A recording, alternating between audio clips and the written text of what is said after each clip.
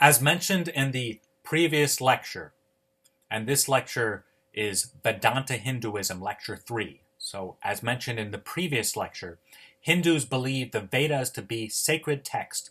Hindus consider 6 Hindu philosophical schools to be orthodox, all of which revere the Vedas. Veda means knowledge in Sanskrit. One school, the Vedanta, is named after a part of the Vedas called the Vedanta, meaning knowledge, Veda, and end, Anta, since it comes at the end of the Vedas. Since the 700s, this school has been the most dominant of the 6, and the 6 are Vedanta, Yoga, Samkhya, Nyaya, Vaisheshika, and Mimamsa. In this lecture, the Vedanta will be studied with reference to the 3 of its most influential philosophers. Then, in the following lecture, the Hindu school of Yoga, which is well known in the West, will be examined. Before so doing, the term Hinduism needs to be briefly discussed. The term Hindu is of Persian origin and means Indians or people from the region of the Indus.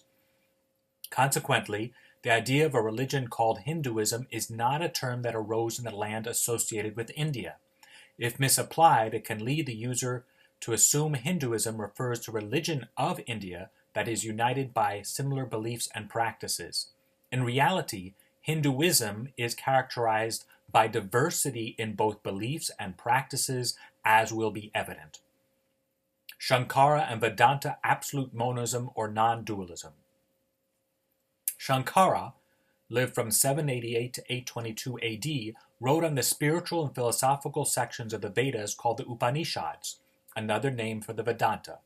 As explained by Jeanine D. Fowler, Shankara identified 4 statements for the Upanishads as the basis of his philosophy. The 4 are: Brahman is consciousness, I am Brahman, that you are, this Atman is Brahman.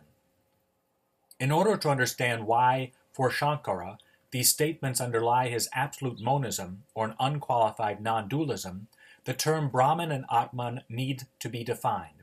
Brahman, as defined by the Oxford Dictionary of Hinduism, is the power underlying and connecting all things, the universe in its entirety. End of quote.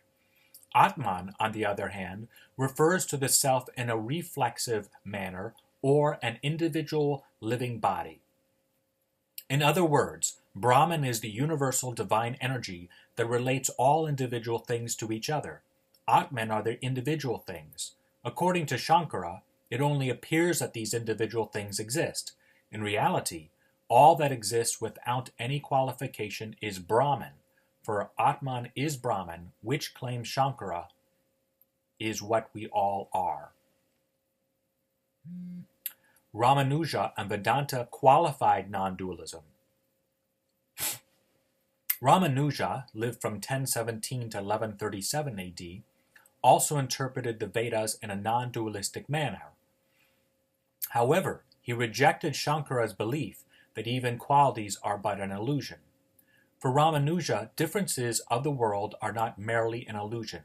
Instead, he argued for the existence of plurality as qualities of the Brahman. Understood in this manner, the entire cosmos is the body of Brahman and its parts. The various parts of Brahman, although not distinct from Brahman, are nonetheless qualitatively different.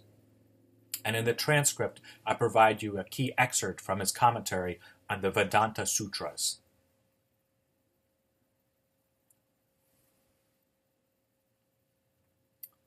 Madhva and Vedanta dualism.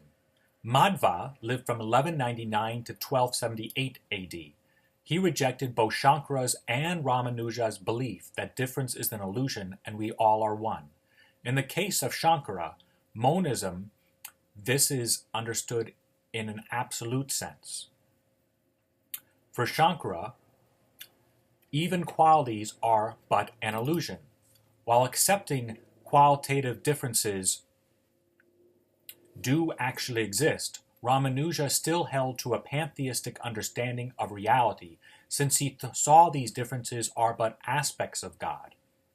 Madhva rejected the pantheism that does not acknowledge distinction between God and the universe by upholding an actual dualism and not simply a qualified dualism.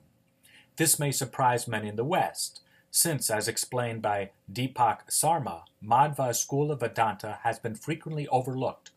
The misconception and false generalization that all Hindus are monists and want to merge with the divine, end of quote, is a commonly held Western understanding of Hinduism. According to traditional accounts of Madhva's life, he was educated by a student of Shankara who taught him the world is only an illusion, that's called Maya, and does not therefore really exist.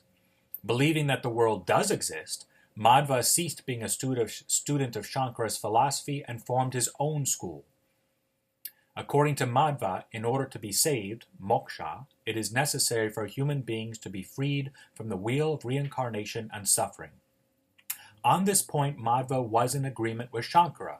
However, he differed in that he rejected that salvation consists of being totally absorbed into God, a position that Ramanuja also held. In contrast, Madhva maintained that when after a person is saved, they retain their individuality and difference from the creating God. This salvation is obtained by study, but only for those who are preordained by God. Madhva's position is closest, but not equivalent to the Catholic position on unity and diversity with respect to the Creator and creature, as clearly asserted in 1215 by the Fourth Lateran Council. And I'm going to quote this section from the Fourth Lateran Council because it's really very important to have down. And the Fourth Lateran Council stated this: "When, therefore, the truth prays to the Father for those faithful to him, saying, I wish that they may be one in us, just as we are one, this word one mean for the faithful a union of love and grace, and for the divine person a unity of identity in nature, as the truth says elsewhere, you must be perfect, as your heavenly Father is perfect.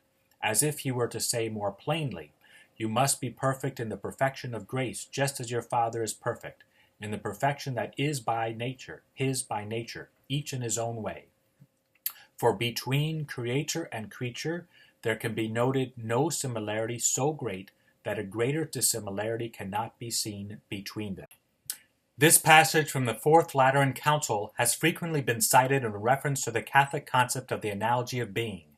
As explained by St. Thomas Aquinas, the created world is related to God by an analogy of being called an analogy of attribution. According to this analogy of attribution, God is the primary instance of being, while all else is a secondary analogate of being. In other words, the relationship of God and his creation is not B is to G and C, where being is B and G is God and C is creation. This would make being more fundamental than God himself. Neither is the relationship of God and creation G equals C, or God equals creation. This is monism.